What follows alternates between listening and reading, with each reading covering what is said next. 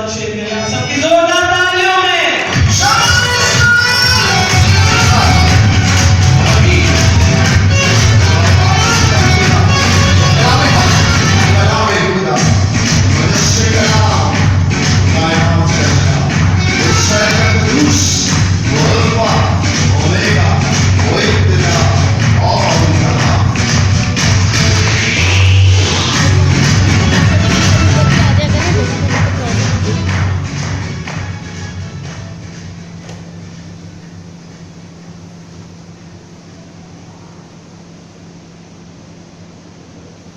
کی کتاب اس کا 16واں باب اور اس کی 10ویں آیت دیکھیے.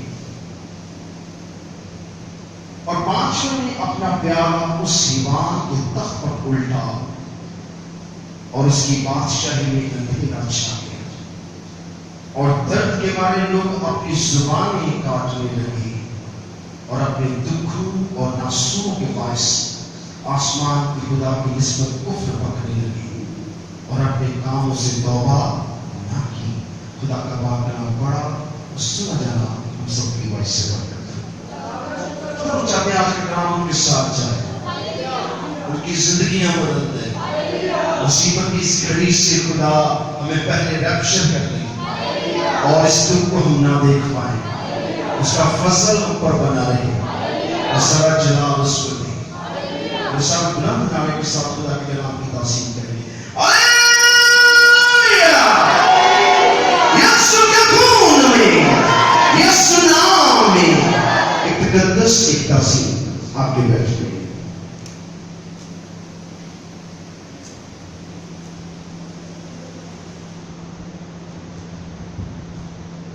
آج کون سا پیالہ کھلا ہے؟ بیٹا جی کو کم کریں. آج کون سا پیالہ کھلا ہے؟ 5.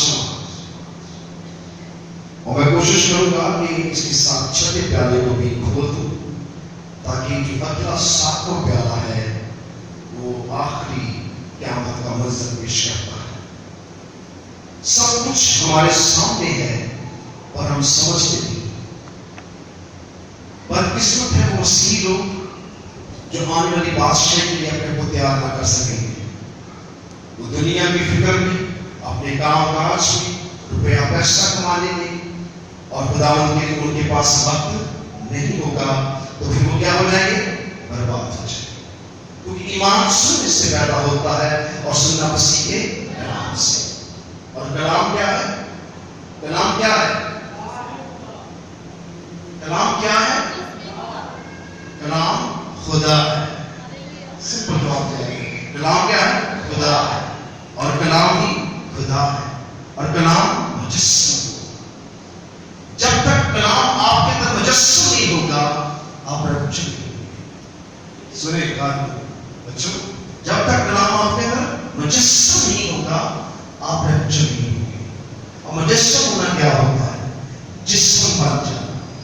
مجسم ہونا جسم بن جانا. جسم بنتا کیسے؟ جب ہم اپنے جسم سے اس کے کلام پر عمل کرتے ہیں. تو ہم کیا ہمارے کلام ہمارے اندر کیا ہوتا ہے؟ مجسم. وہ ایک جسم کا حصہ بن جاتا ہے. اور جب ہم خدا کے کلام کو سچائی کے ساتھ قبول کرتے ہیں اور اس کے ساتھ ساتھ چلتے ہیں تو وہ کلام ہمارے جسم کا کام ہوتا ہے مجسم. جس کے اندر جتنا کلام مجسم ہوگا وہ اتنی جلدی لیکچر ہو جائے گا.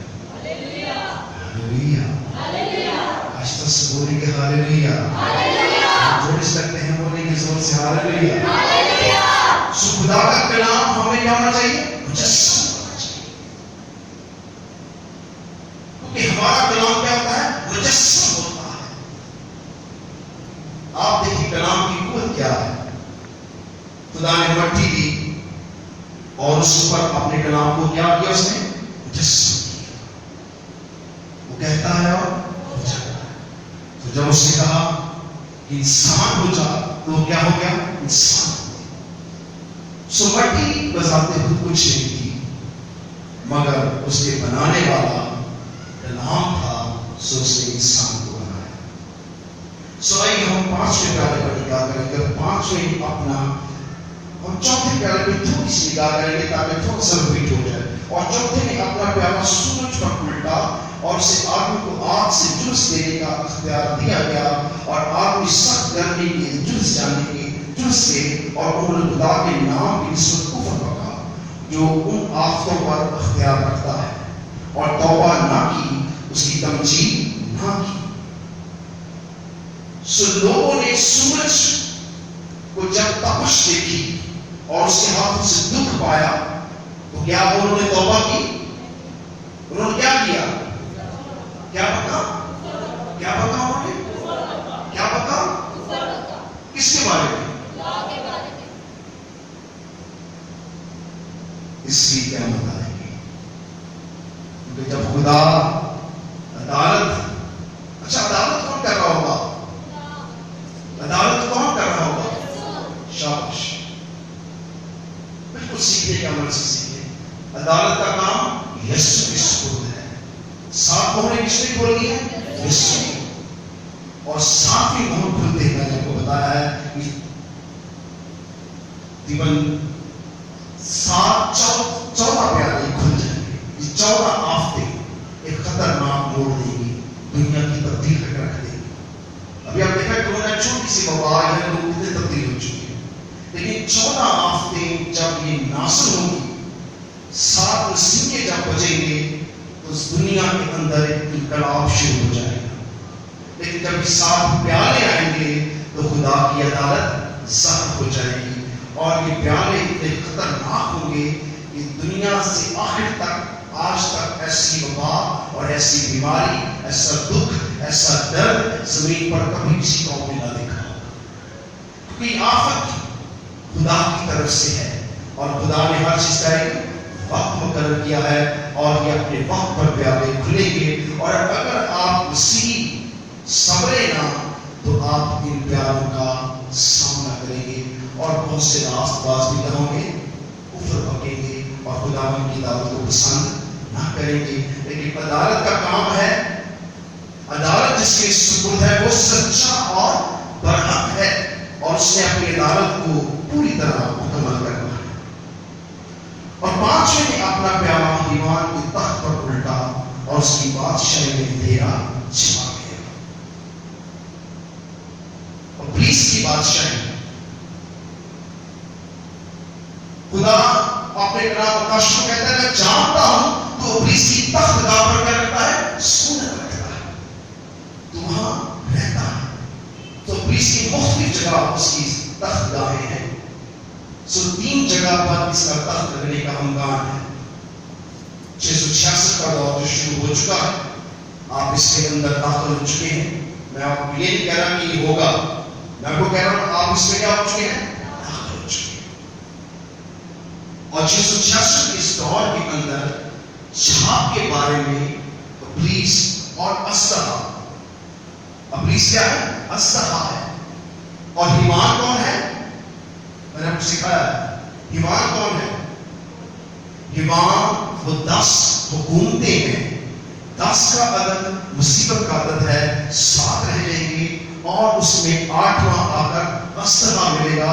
حیوان اور اسلحہ ایک بڑی گورنمنٹ بنائیں گے جو کہ بن چکی ہے، جو کہ بن چکی ہے. اب اسلحہ ظاہر ہوئے گا، چھوٹا نبی اور ایک اسلحہ یعنی ایک بڑی قوت والی حکومت ظاہر ہوگی جو تمام دنیا میں فیصلے کرے گی اور اس فیصلوں کے اندر رہ کر پوری دنیا کو کنٹرول کریں گے اور پوری دنیا کے اندر ان کی قوت کام کرے گی. اور وہ چاہیں گے کہ سب لوگ ایمان کی کیا کریں؟ ایمان کی کیا کریں؟ ایمان کی کیا کریں؟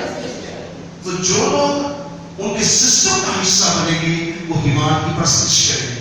اور جب وہ ایمان کی پرستش کریں گے تو وہ ایک تخت ہوگا، ایک جگہ ہوگی، ایک مقام ہوگا، ایک جھوٹا نبی ہوگا، ایک جھوٹا مذہب پیش کیا جائے گا اور لوگ اس کی عبادت میں داخل ہوں گے اور ایمان کی اور آستھا کی کیا کریں گے؟ پرستش کریں گے.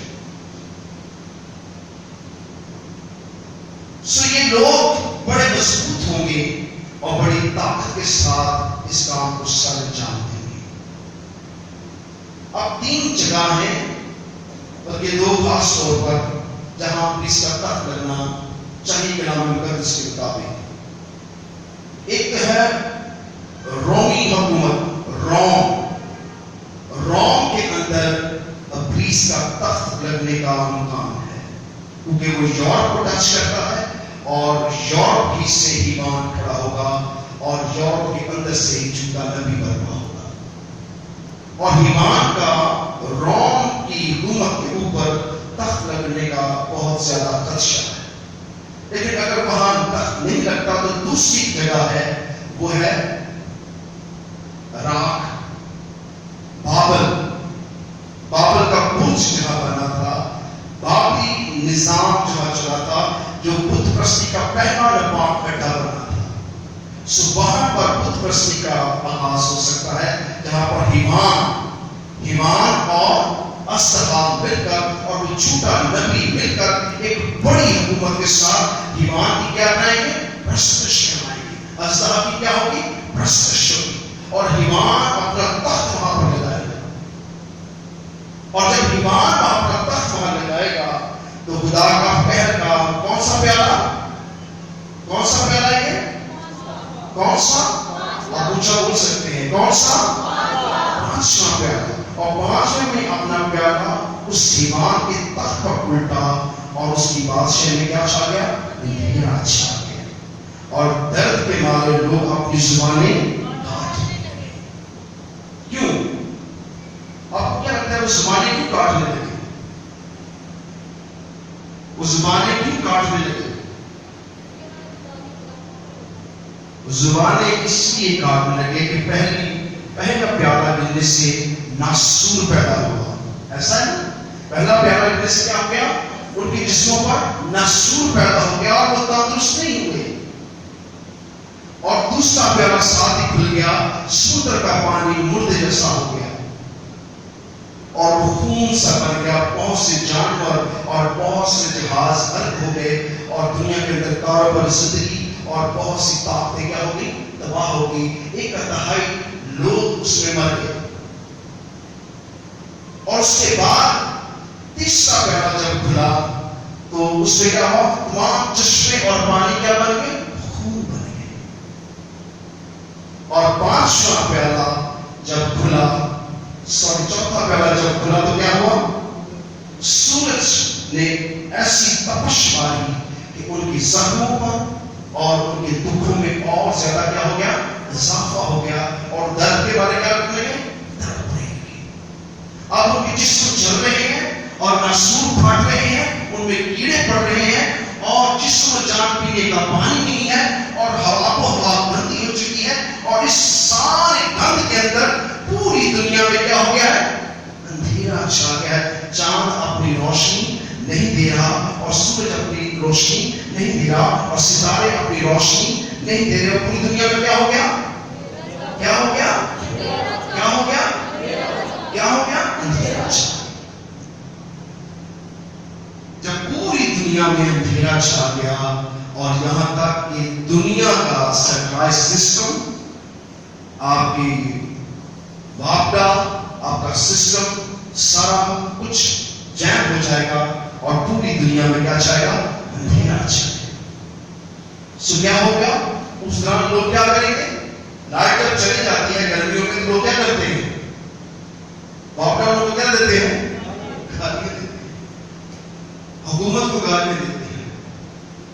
حالانکہ اس وقت نہ اتنی وبائیں پھیلی ہوگی، نہ سورج کی تپش سے لوگوں کو جلایا ہوگا، نہ نسور نکلے ہوتے ہیں تاکہ لوگ گالیاں دیتے ہیں. اور جب یہ سب حالتوں میں دن رات اندھیرا چھا جائے گا.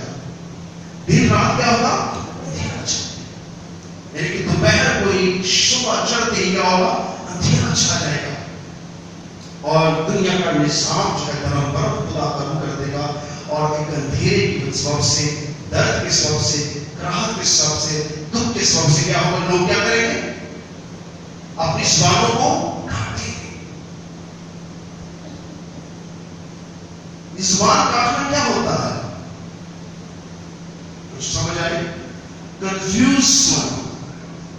جب آپ کنفیوز ہوتے ہیں تو آپ جب روٹی چبا رہے ہیں تو آپ اچانک آپ کی زبان آپ کے دانتوں کے نیچے آ جاتی ہے. آپ کے منہ میں کٹ لگ جاتا ہے کیونکہ آپ پوری سینس کے ساتھ کھانا نہیں کھا رہے ہوتے اور اچانک آپ کے منہ کے اندر کٹ لگ جاتا ہے اور اپنی زبان کو اپنی دانتوں نیچے دے دیتے ہیں. لوگ اتنے کنفیوز ہو جائیں گے کہ لوگ بولتے بولتے اپنی زبان کو کاٹنا شروع